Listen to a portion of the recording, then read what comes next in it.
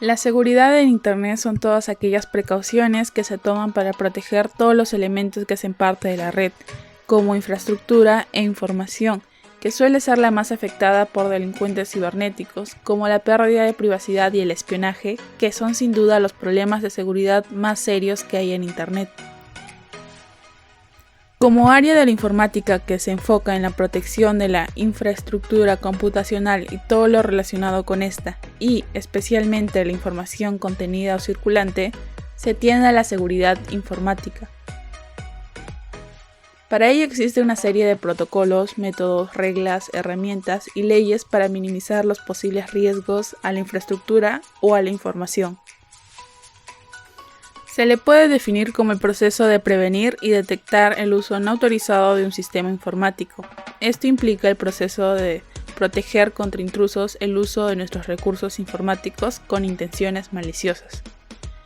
Esto comprende la seguridad del software, que es la parte digital del ordenador, es decir, el conjunto de instrucciones, programas y reglas informáticas que el equipo requiere para funcionar, y el hardware, que son todos los componentes físicos de un dispositivo, como el monitor, el CPU o la memoria RAM. Como aspectos principales que cubre la seguridad informática, se tiene a la confidencialidad.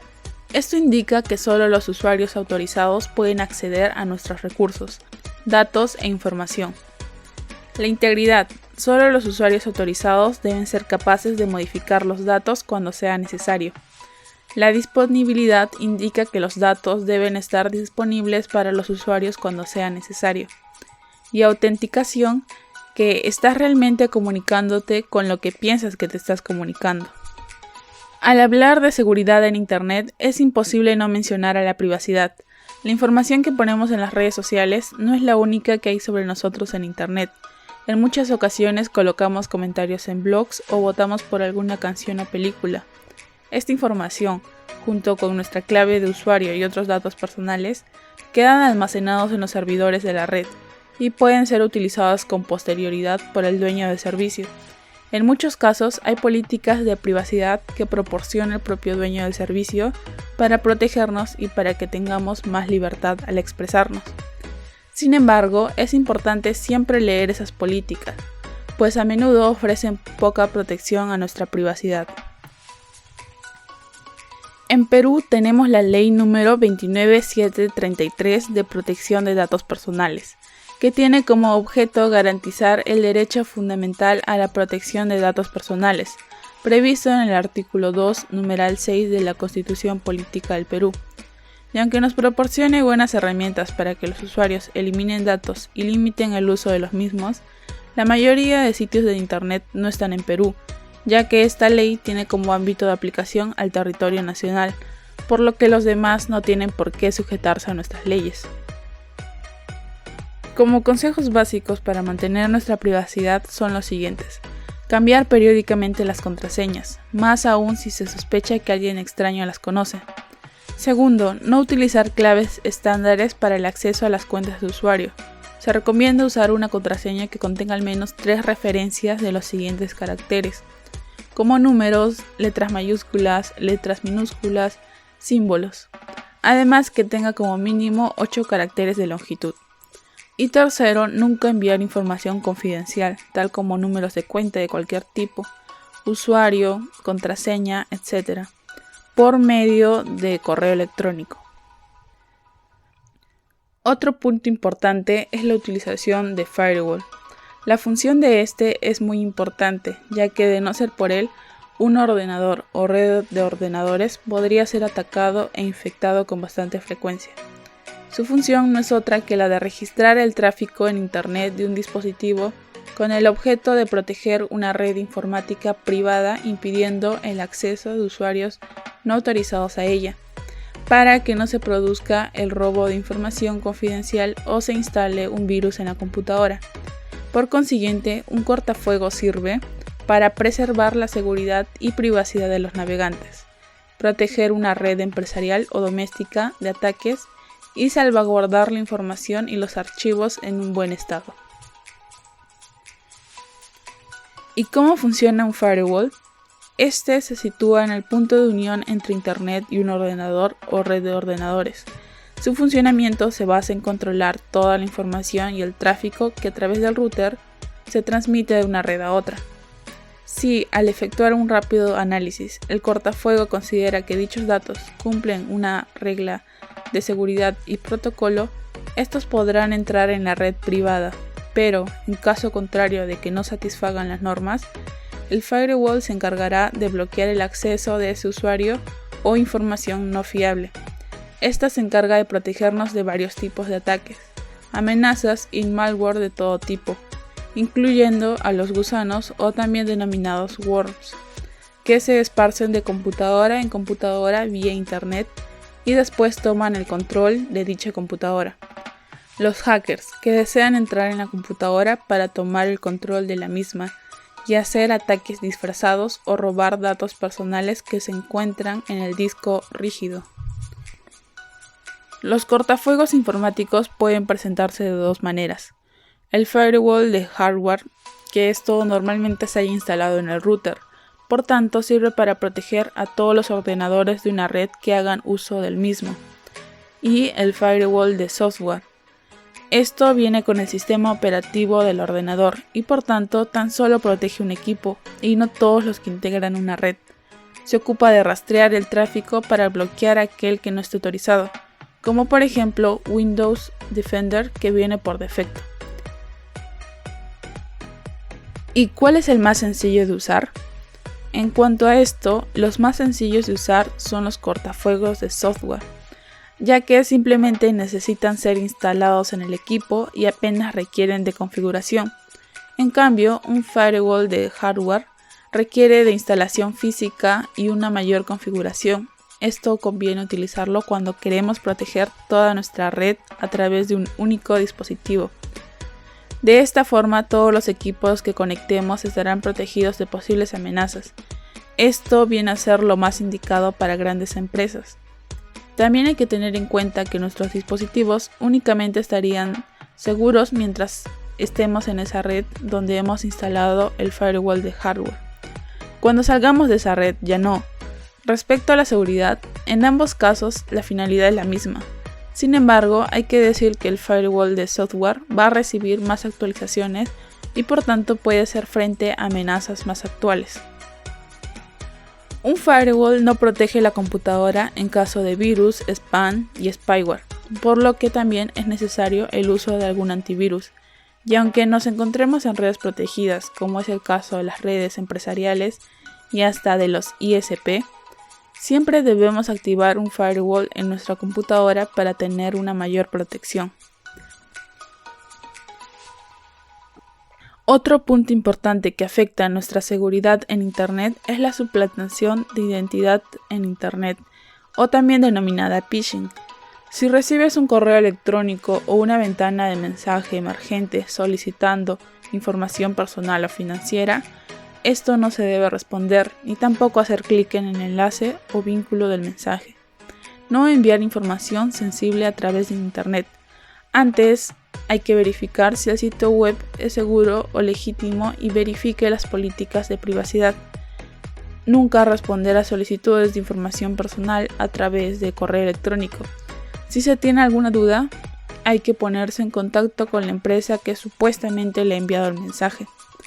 Asimismo, poner atención en el URL del sitio web que visita. Los sitios web maliciosos pueden parecer idénticos a los sitios legítimos, pero el URL puede tener variaciones o un nombre de dominio diferente.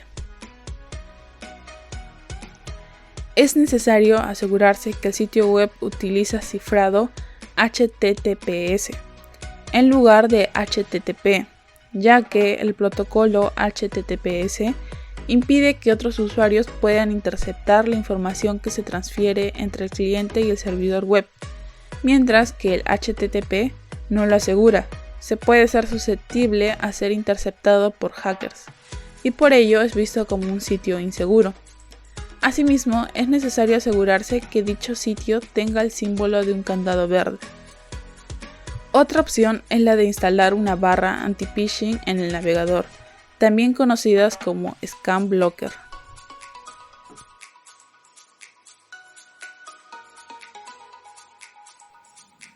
La seguridad de Internet es un tema que debería preocupar mucho a todos. No importa si usas una red empresarial o una red doméstica.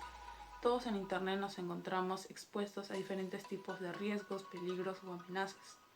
Es un completo error creer que somos los poco interesantes en cuanto a información o a datos y que no es necesario tomar medidas para poder protegernos. Cada día el peligro en Internet es mayor, por lo que se tiene que tomar distintas medidas para mantenernos seguros, como lo es la instalación de firewall, la instalación de algún programa de antivirus o navegar cuidadosamente por Internet, como lo es no enviar información confidencial a cualquier sitio y asegurarse que el sitio web es un sitio legítimo. Asimismo, es necesario que se tenga conocimiento básico acerca de los diferentes riesgos que hay en Internet y una adecuada manejabilidad de esto. La propiedad intelectual en el Internet. El tema de la propiedad intelectual en Internet es una cuestión que ha levantado demasiadas polémicas. La red ha creado enormes posibilidades de difusión para los trabajos literarios, artísticos y de otro género. Pero también con ello ha dado lugar a nuevos delitos que vulneran tanto el reconocimiento como el beneficio económico de quienes lo crean. Por todo esto, es necesario que conozcas todo lo que tiene que ver con la propiedad intelectual en Internet. La propiedad en derecho son las prerrogativas o facultades que se les dan a los individuos para que puedan adueñarse de ciertas cosas. Y la característica intelectual es todo aquello tangible e intangible que se puede utilizar. Como el derecho a la educación o a la sanidad, los derechos de autor se consideran fundamentales para el desarrollo de un país, en este caso para el desarrollo del patrimonio cultural. La propiedad intelectual es un derecho fundamental y está establecido en el artículo 27 en el segundo párrafo de la Declaración Universal de los Derechos Humanos, en el cual nos dice que el derecho de toda persona a la protección de los intereses morales y materiales que le correspondan por razón de las producciones científicas, literarias o artísticas que sea autora. La propiedad intelectual es el derecho de posesión que tiene una persona sobre las creaciones de su intelecto y que le faculta para decidir sobre su difusión, y gracias a ella obtiene una contraprestación económica. En consecuencia, la propiedad intelectual en Internet es el derecho que un creador tiene de decidir sobre la publicación de sus trabajos en la red y obtener un pago a cambio en caso de hacerlo. También están sujetas a derechos de propiedad intelectual las propias páginas web. La propiedad intelectual abarca todas las creaciones provenientes del intelecto humano, los derechos de autor y la propiedad industrial. El derecho de autor tiene como objetivo de protección las obras literarias y artísticas, entre las cuales encontramos los libros, las canciones, las fotografías, las esculturas, la arquitectura, los dibujos, los artículos de investigación, la música, el cine, el teatro y entre otras más. Mientras que en la propiedad industrial se refiere a creaciones que tienen un fin más comercial o industrial. Aquí entra la protección a las nuevas creaciones, que son las patentes, signos distintivos, que son las marcas, secretos empresariales, que son información no divulgada principalmente. Los derechos de autor. En el ámbito de la propiedad intelectual comprenden el reconocimiento de dos derechos, el derecho moral y el derecho patrimonial. El derecho moral es lo que hace identificar al autor de la obra como suya, mientras que el derecho patrimonial es lo que hace obtener una retribución económica por ese derecho reconocido. Los derechos morales son el derecho de la divulgación, el derecho de la paternidad, el derecho de la integridad de la obra, el derecho de la modificación, el derecho de la retirada de la obra y el derecho al acceso al ejemplar único. Mientras que en el derecho patrimonial tenemos los derechos de comunicación política, los derechos de reproducción, los derechos de colección y los derechos de transformación.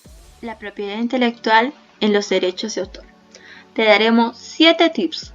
El derecho de autor ampara obras más no ideas. El derecho de autor se tiene por el simple acto de crear una obra. En creaciones colectivas, el derecho de autor pertenece a las personas naturales que participaron de la creación. Al ceder los derechos de tu obra, debes especificar formalmente y detalladamente los fines y usos de las aplicaciones que autorizas. No es lo mismo ser dueño de una obra que tener un derecho de autor sobre ella. Si vas a usar material de otros, debes pedir autorización o mencionar fuentes y a los autores. El derecho de autor rige en las labores creativas, con cierta originalidad, mas no en las técnicas. La propiedad intelectual está regulada por la Ley de Propiedad Intelectual, la Ley Orgánica de Protección de Datos Personales y Garantía de los Derechos Digitales, INDECOPI, que es el Instituto Nacional de Defensa de la Competencia y de la Protección de la Propiedad Intelectual. ¿Cómo proteger la propiedad intelectual en Internet? Hay una medida fundamental que debes realizar si eres un acreedor para proteger tus derechos de autor y que no se vulnere tu propiedad intelectual. No obstante, debes saber que cualquier trabajo intelectual está protegido simplemente por haber sido creado. Es muy importante que quede en constancia pública de que ese trabajo es obra tuya. ¿Y cómo se da esto? A través del registro de la propiedad intelectual. La propiedad intelectual en Internet. Si tienes una página web de tu empresa o donde publicas sus contenidos, debes registrar un nombre de dominio representativo. ¿Y qué es un nombre de dominio? Son las direcciones e intereses utilizadas para identificar sitios web. Y también debes suscribir una póliza de seguro que te ampare. Y una póliza de seguro es un conjunto de documentos en los que se forma el contrato del seguro. La póliza tiene derechos y obligaciones de las partes de dicho contrato. E igualmente, debes advertir a los usuarios de tu página que los contenidos están protegidos por derechos de autor. La ley expone 3 tipos de delitos. El delito de reproducción, copia o distribución. El segundo, el delito de exportación o almacenamiento. Y en tercer lugar tenemos al delito de neutralización de medidas de seguridad. En el primero se castiga con penas de 6 meses a 4 años de cárcel, junto a multas de 12 a 24 meses de reproducción, copia o distribución de un trabajo creado por otros, por ejemplo, una obra literaria, artística, tecnológica o científica. En el segundo caso, la pena por exportar o almacenar intencionalmente ejemplares de una creación ajena es igualmente de 6 meses a 4 años de cárcel, e igualmente con una multa de 12 a 14 meses. Y en el último caso, quienes distribuyan o simplemente poseen dispositivos capaces de neutralizar medidas de seguridad usadas para proteger la propiedad intelectual serán castigados con penas de 6 meses a 3 años de prisión. ¿Hay atenuantes para estos delitos? La ley considera ciertos atenuantes para estas infracciones. Si el beneficio económico es reducido y el culpable presenta características especiales, la pena se podrá ver reducida de multa de 1 a 6 meses y con trabajos de beneficio a la comunidad. Amenazas contra la propiedad intelectual. Tenemos a 2 casos. La ciberocupación, que es una práctica muy común en hoy en día, que consiste en utilizar nombres de dominio para posteriormente venderlos. Y otro gran tema que es la piratería.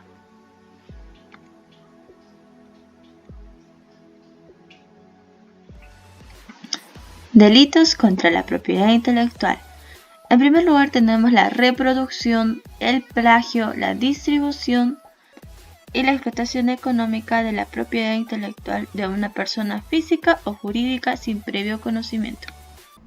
Es importante tener en cuenta que este tipo de delitos pueden ser conocidos tanto por las personas físicas como las personas jurídicas. De hecho, si el responsable es una empresa, la multa se determinará atendiendo al beneficio obtenido con el delito. Por otro lado, la persona jurídica puede ser titular de propiedad intelectual, por lo que también pueden ser víctimas de estos delitos, y en este caso tienen derecho a la correspondiente indemnización. Carlos Alberto Ortiz López, quien es especialista en Derecho de Autor, Propiedad Industrial y Nuevas Tecnologías, señala que al profundizar en el panorama tecnológico, actual y en la utilización de contenidos protegidos por el derecho de autor en Internet, nos damos cuenta que los distintos tratados internacionales y las normas nacionales o supranacionales se quedan cortos frente a la necesidad, por una parte de los autores que hacen respetar sus derechos y por otra parte de los usuarios, quienes tienen derecho a la educación, la cultura, la libertad y la libre expresión e información. El uso de tecnología se ha convertido en el principal reto de la protección que la propiedad intelectual otorga a las diferentes creaciones de intelecto, no solo por los usos, sino por los alcances que ha brindado. Es necesario resaltar que la propiedad intelectual en Internet es un derecho moral y legal que no puede ser vulnerado. Las penas previstas por ello son cada vez más duras. Además, a nadie le gusta que otros se aprovechen de su trabajo. Con los avances tecnológicos en comunicaciones y telecomunicaciones, la información se convirtió en uno de los bienes más preciados en nuestra sociedad. Hablamos entonces del surgimiento en una sociedad de la información. Estos avances tecnológicos contribuyeron al llamado proceso de globalización, mediante el cual, progresivamente, se eliminan las distancias de tiempo y espacio a nivel mundial. Actualmente, la tecnología continúa evolucionando con rapidez. Busca siempre desarrollar cada vez nuevos y más eficientes mecanismos tecnológicos que permiten dar a la información un tratamiento mucho más seguro y que excluya a terceros no autorizados de su uso. En este contexto, se desarrollan los nombres de dominio. Pero, ¿qué son los nombres de dominio? Son mecanismos tecnológicos tendientes a individualizar espacios virtuales dentro de redes de ordenadores que conservan y administran información contenida en soportes informáticos. Es decir, los nombres de dominio son un nombre fácil de recordar, asociados a una dirección IP física de Internet. Dicha información puede tener un contenido temático variado, estar destinada a diversos usos y en consecuencia ser susceptible de valoración patrimonial. En el caso específico del uso de la información con fines comerciales y de tráfico económico, el nombre de dominio tiene una gran importancia en el desarrollo de lo que llamamos comercio electrónico. Dado que este es el tráfico económico desarrollado con ayuda de los espacios virtuales creados en las redes de ordenadores e identificados mediante los nombres de dominio. Desde el punto de vista jurídico, los nombres de dominio tienen una innegable importancia y valor patrimonial, ya que pueden llegar a estar dentro del tráfico comercial de bienes y servicios legitimados por derechos de propiedad industrial, que reclaman y merecen ser tutelados por el derecho. Debido al impacto económico mundial del comercio electrónico, se han producido conflictos de intereses entre los cuales los nombres de dominio requieren márgenes normativos estables que le otorguen una seguridad jurídica. La marca inicia su vida con innegables posibilidades de crecimiento y expansión. La técnica de comunicación moderna determina que puede ser conocida de manera inmediata y simultánea en diversos lugares. Nuevas formas de comercio internacional se presentan como alternativas de contratación directa, eliminando intermediarios. En la actualidad utilizando el medio de comunicación, por excelencia el Internet. Estas circunstancias obligan a los titulares de marcas a implementar severas políticas de vigilancia y cuidado que permiten mantener incólume la vigencia de sus derechos. En estas circunstancias se comprueba la existencia de un nuevo conflicto, la utilización indebida de la marca en los nombres de dominio en Internet.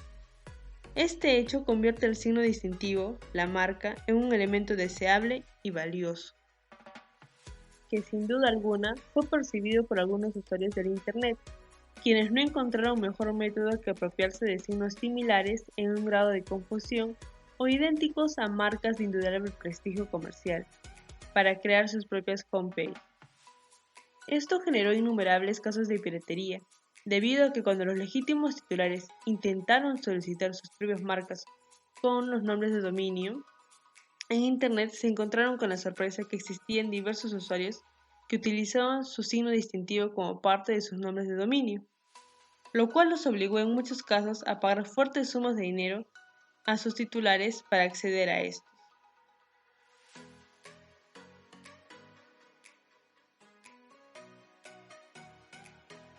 Entre los nombres de dominio más comunes se encuentran facebook.com, twitter.com, youtube.com, pinterest.com. Estos nombres de dominio son espacios virtuales y tienen seguridad jurídica. ¿Cómo se organizan los nombres de dominio? En primer nivel, segundo nivel y por último tercer nivel.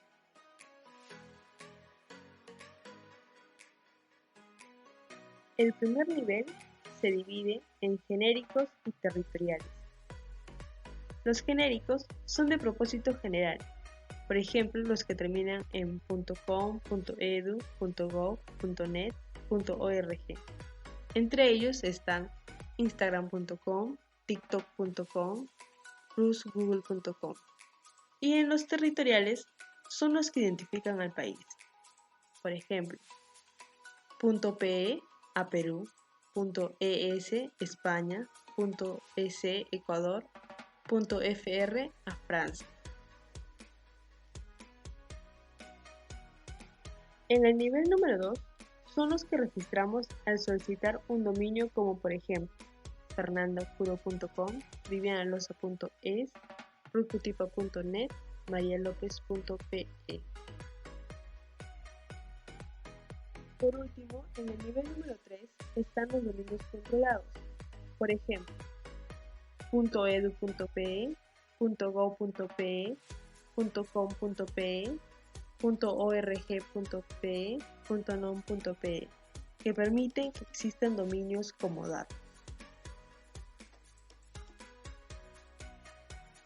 El proceso de registro de un nombre de dominio es similar en diversos países en los cuales se cuenta con un organismo encargado de la administración de registro de estos.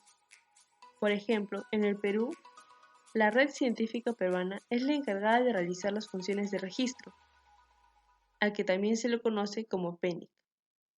El registro de los nombres de dominio puede ser obtenido por organizaciones legalmente constituidas, por ejemplo, los órganos autónomos, los colegios profesionales, los partidos políticos, los sindicatos, las iglesias, las fundaciones y las universidades, entre otros.